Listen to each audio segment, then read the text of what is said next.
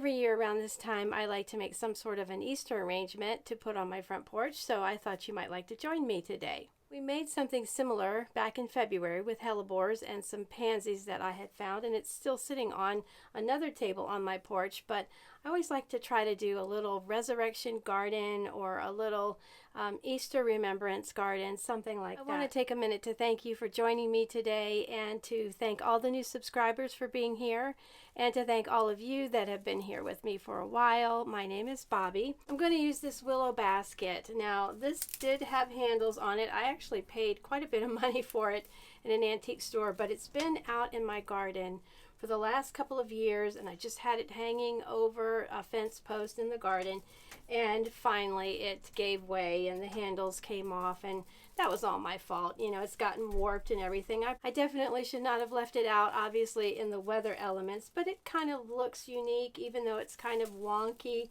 I looked for something in a couple different stores because I wanted something round without handles, and I really never found anything, and I thought, you know what, I'll just use this. Now, I'm not sure how this is going to work, so you and I will see together if it will work at all. And then we have some beautiful little violas that have been sitting here for a couple weeks actually in my greenhouse, but they're just so sweet. And then we have 3 Tate daffodils. I'm going to leave these in their little pots because you can see they've already bloomed out quite a bit. And that way I can change them out for something else, some hyacinths or something, because the violas will outlast the daffodils. And then I can just plant these out in the landscape somewhere. Then I have some moss that I gathered out of my garden. You can see that there are some weeds in there.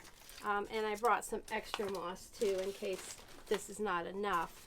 But I was really excited to be able to harvest this moss. And then when I'm done with it, I can actually just put it back in the garden. I have some potting soil here. It's just regular potting soil, and I'll need a little bit more than what we have here. I don't have any other clear plastic. I only have these jumbo zipper bags. I'm going to cut them up a little bit, and we're going to line the willow basket with these, and I'm going to punch some holes for drainage because it will be outside, so I don't need to worry about it leaking anywhere. I'm not going to be bringing it in the house.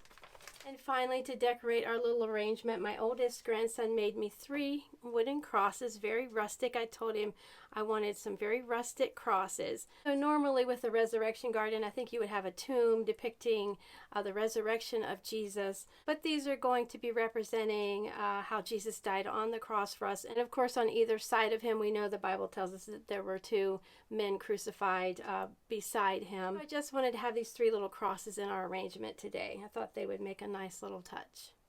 But let's get started on this. I think we'll play some good music, and I'll put this together, and then we'll see how it turns out. God, I think of you. Tell me, is it true?